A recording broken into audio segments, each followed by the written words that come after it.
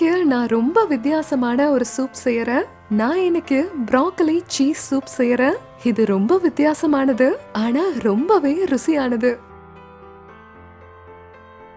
இந்த சூப் செய்ய நான் ப்ராக்கலிய நல்லா கழுவி சின்ன சின்ன துண்டுகளா வெட்டி வச்சிருக்கேன். அதோட கீழே பெரிய துண்டு இருக்கும்.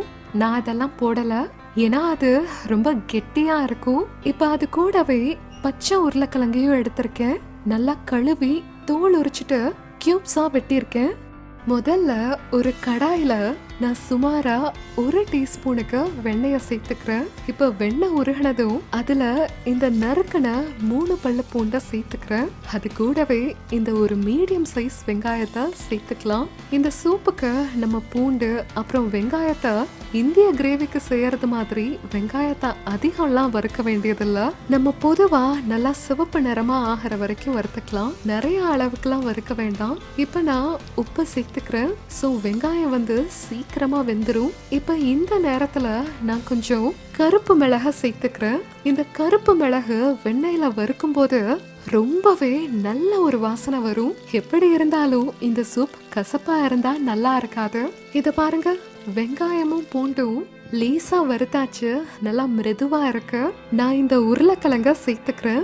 உருளைக்கிழங்க சேர்க்கறதுனால சூப் நல்லா கெட்டியா இருக்கும். அப்புறம் இந்த சூப்புக்கு நல்ல ஒரு அமைப்பு கிடைக்கும். சோ நம்ம நிறைய கிரீம் எல்லாம் சேர்க்க வேண்டியதில்ல. இப்ப இதுல இந்த ப்ராக்கலிய சேர்த்துக்கலாம். இது தோராயிரமா ஒரு 200 கிராம் இருக்கும்.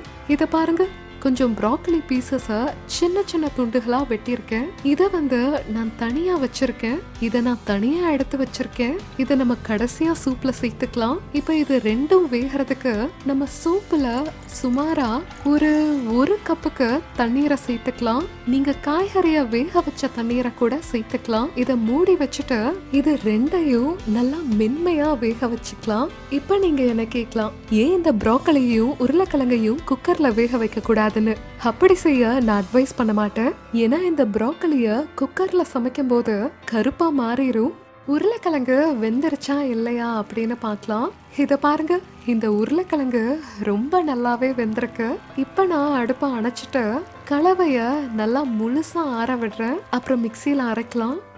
இப்ப இந்த கலவை ஆறி போச்சு.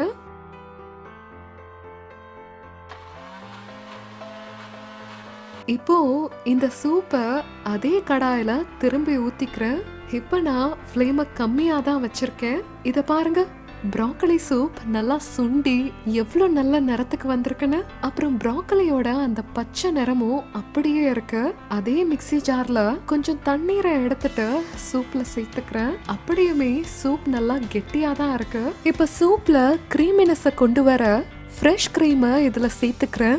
பாதி டெட்ரா பேக்க தான் எடுத்திருக்கேன். நீங்க வீட்ல இருக்கிற கிரீமை கூட சேர்த்துக்கலாம். இந்த நேரத்துல நான் சேர்க்க போறது பதப்படுத்தப்பட்ட சீஸ் கியூப். இது சுமாரா ஒரு கியூப் சீஸ். இப்ப சூப்ல இருக்க எல்லா பொருட்களையும் நம்ம நல்லா கலக்கிக்கலாம். கிரீம் அப்புறம் சீஸை சேர்த்ததுக்கு அப்புறமா நம்ம சூப்பை நிறையாலாம் சமைக்க வேண்டியதில்ல. ஏன்னா முதலையே சூப்பை சமைச்சாச்சு.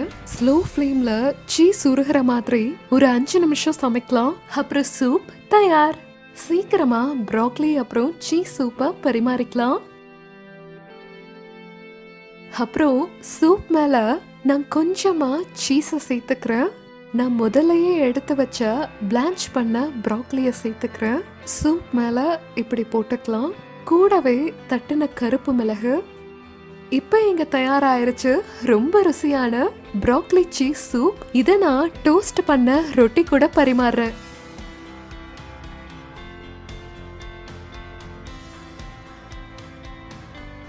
ரொம்ப வித்தியாசமான சூப், ஆனா ரொம்ப சுவையானது. Must try recipe.